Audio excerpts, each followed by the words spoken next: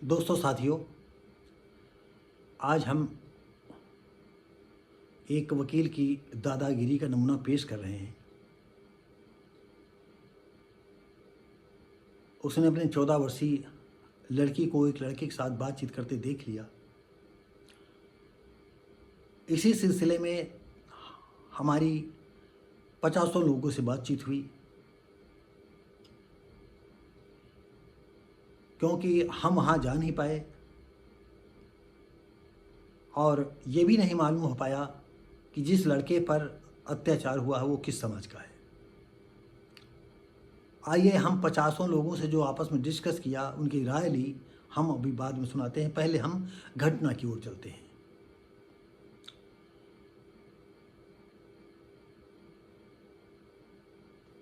अमर उजाला में छपा था और उसकी पीठ की तस्वीर छपी थी, पूरी लाल पीठ थी। तो दोस्तों साथियों, ये कानपुर बिठूर में नाबालिग बेटी को एक छात्र के साथ कोल्ड ड्रिंक पीते देख वकील ऐसा आग बबूला हुआ कि उसने अमानवीय की सारे हदी पार कर दी। अपने बड़े भाई और साथियों की मदद से छात्र को कार से अगवा कर फार्म हाउस ले गया और बेरहमी से पिटाई की। राड और डंडे से पीट पीट कर छात्र की पीठ लाल कर दी।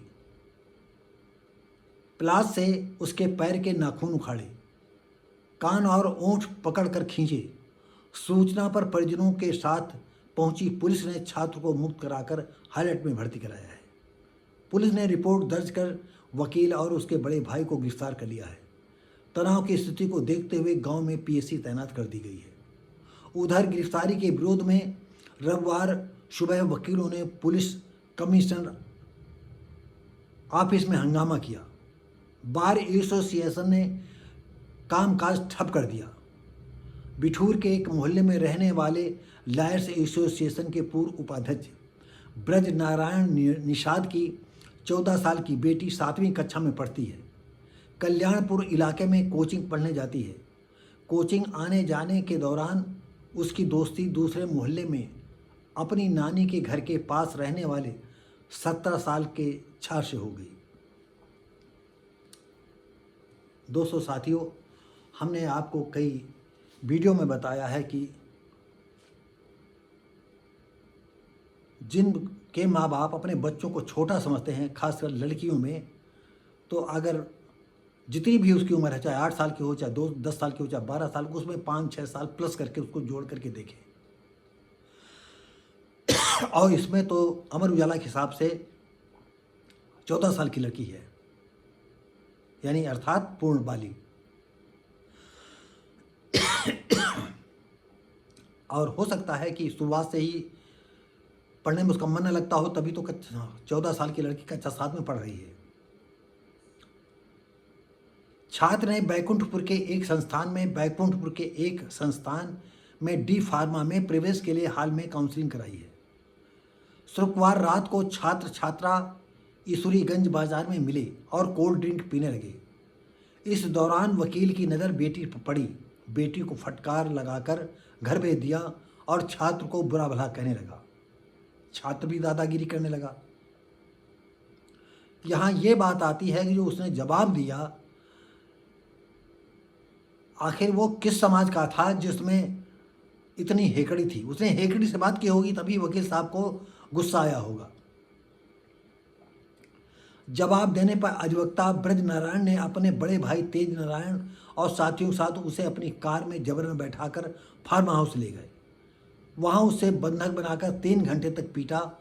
छात्र ने बताया कि उसे जानवरों वाली नाद में भी डुबाया गया।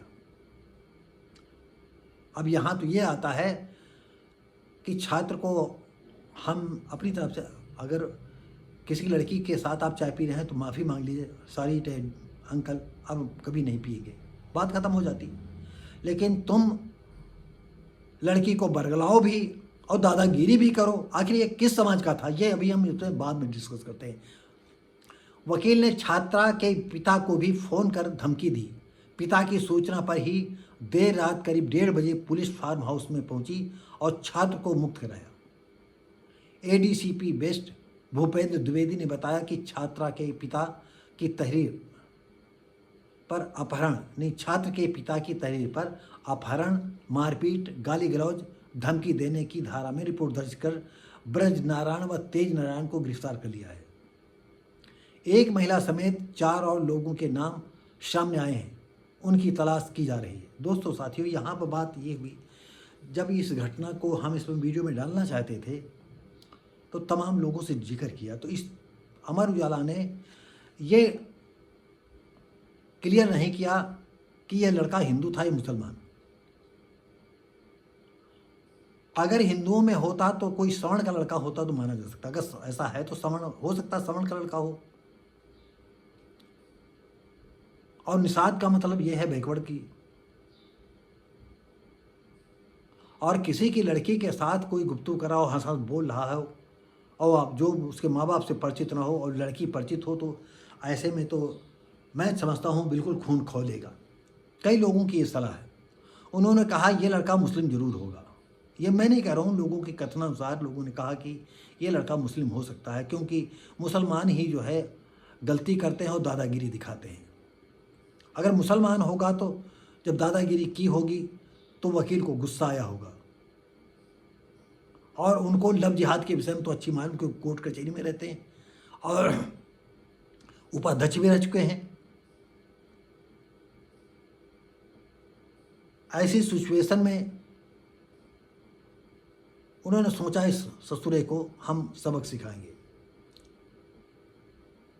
और इस मामले में अगर कोई दलित ही लड़का होता या आदिवासी होता या शूद्र वर्ग का होता या उसी समाज का होता और किसी लड़की के साथ तुम घर वालों से परिचित नहीं हो, लड़की से परिचित हो और दादागिरी कर रहे हो, तो ऐसा गुस्सा तो उसको भी आएगा।